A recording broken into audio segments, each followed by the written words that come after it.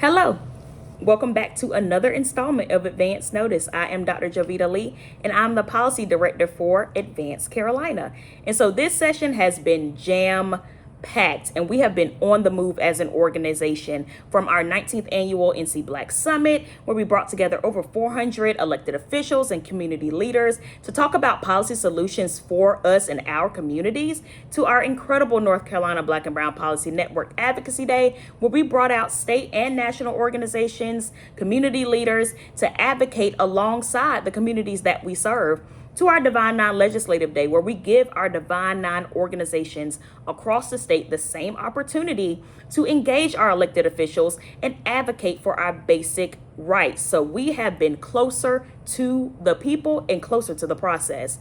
But we want to take a few moments today to talk about what's going on right now in the building. And so what's going on is it's budget time. And so we've been having our Senate budget proposal that came out about a month ago. Now we just recently got the House version a couple of days ago. And so folks are doing their deep analysis around both proposals. And of course, we will enter into the phase where they will discuss each proposal, and then we will come away with the finalized state budget. But for now, I kind of want to highlight a couple points from the proposals that folks may or may not be thinking about. There's so many elements. It's a long document, but there are a few elements that we want to raise to make sure that folks are seeing the through line of the theme that we've been seeing in the session this year. And so one of the key factors that I wanted to name is that present in the Senate and House proposals is the call for the elimination of the hub office.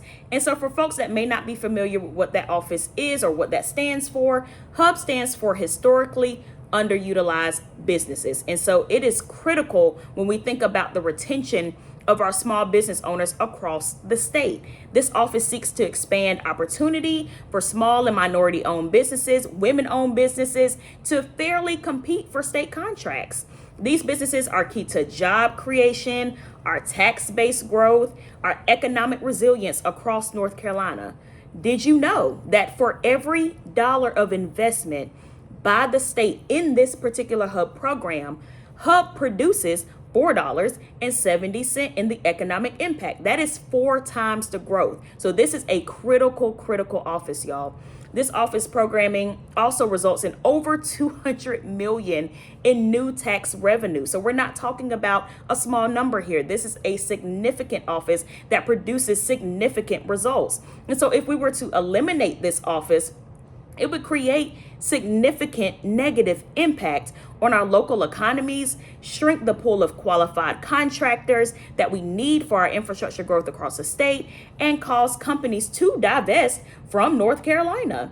Another point that I want to raise is the House budget is also calling for a $10 million cut in diversity, equity, and inclusion programs across our state, which is in line with what we have seen the entire session. For folks that have been paying attention, we have seen several attacks on diversity, equity, and inclusion all session long by way of HB 171 for state agencies and state government, SB 227 eliminating diversity, equity, and inclusion in public education K-12, and SB 558 eliminating diversity, equity, and inclusion in higher education. So this has been a consistent through line that we've seen all session, and now it's presenting itself in our budget.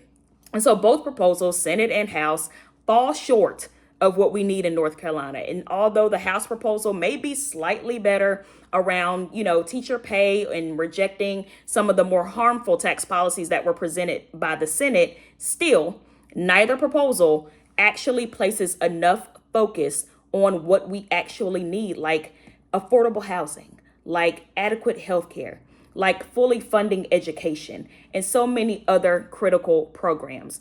And so we are going to take the time over the next couple of weeks to break down the budget. And so this is one of many installments that you will see around the budget. And we actually are going to have some special guests join us in just a couple weeks to really talk about the full impact of the budget proposals and what it actually means for North Carolinians and our communities. But for now, we want to make sure that you are staying engaged. So please follow us at Advance Carolina on Instagram and Facebook. It is the same and you will be up to date on our recent content, recent episodes of Advance Notice, and you will be clued in on when the next episode will come out. And so for now, take care, and we will see you in the next episode. Thanks so much.